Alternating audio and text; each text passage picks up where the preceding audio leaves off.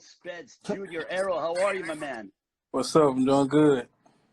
Errol, now let's talk about how life has changed over the past month or two. First of all, how are you, your family? Do anyone that you know, have they been affected by the coronavirus? Nobody's been affected as of yet. My family been good. My daughter's got them with me right now. There's one of them, and and I got a lot of family in New York too. Like my grandmother, she's 96 now, and I got a lot of family in New York. So I'm wishing them well, and everybody well as we get through this tough time.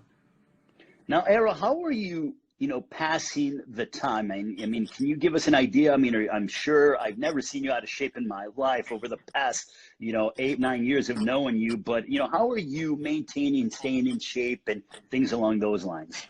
Myself been running. I go to my coach house and we work the mitts and things like that. Just me and him one-on-one, and basically just running and sitting at home watching a lot of TV, dieting, playing with my kids. They're not in school right now, so I'm teaching them different things and learning their ABCs and 1, 2, 3s and stuff like that. So I mean, it's been a good time just hanging out with them. But I'm ready to get back in the swing of things and get some fights under my belt and get back in it. But it's been a good time off too, though, because just a recovery time and having my accident in October, so just been recovering and things like that. But I'm fully healthy now and ready to get back in the swing of things. Errol, let's talk about, how your body's feeling since the accident in October, a very, a scary time for you and also a lot of fight fans around the world were very concerned about your well-being. How are you feeling physically since the accident in October? I've been feeling great. I been to a Cleveland clinic after the Deontay Wilder fight and went there and they, evaluated me and checked me out, my brain and my basically everything, my whole body, and they say everything's been good, and I'm recovering well. I think I'm fully recovered now, and they feel like I'm fully recovered. So I'm gonna go back and after this all over with, and get checked out by them again, and hopefully I can fight in September, October, or whenever this current event is over with the coronavirus. Okay, so now so you're saying that September, October is what you're hearing, or is that what you want? What is the status of you fighting wise? Hopefully we get past this come the summertime. That's what I want. That's what I've been hearing too. Me and Al been talking, and that's something that we're aiming for. We was aiming for July, August, but this happened, so we pushed it back, and I'm looking forward to be fighting either September or October.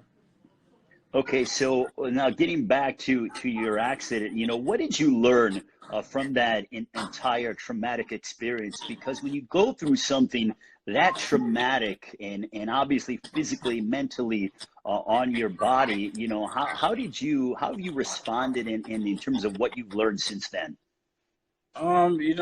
That whole accident, put my boxing career in perspective and, put my family in perspective and, basically everything. And, I'm taking it a lot serious now as far as training, dieting, making sure I don't blow up too heavy and weight and things like that. So, it basically put everything in perspective. And I got a second chance at, basically at living, spending time with my family and my kids and everything like that. So, I ain't have anything set up for them. If I would have, passed away, God forbid, anything would happen to me, I didn't have anything set up for them and things like that. So I made sure, I had get everything set up with them and, basically take everything more serious than it is now. And, now I'm 100% and, fully focused on boxing and family.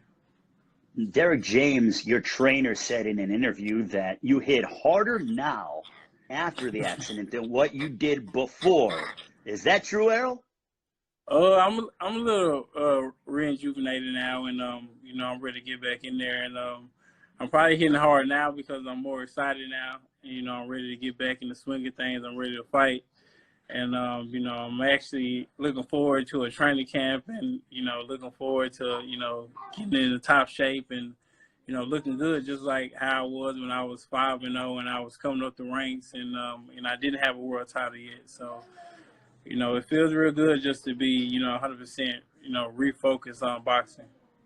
What is it like? Because I have watched your progression from being an Olympian in 2012, being a young, hungry contender, calling out everybody under the sun. Now you are the one who is hunted. How has that change been when it comes to mentality-wise on your end? Mentality-wise, it ain't changed. You can't hunt the hunter.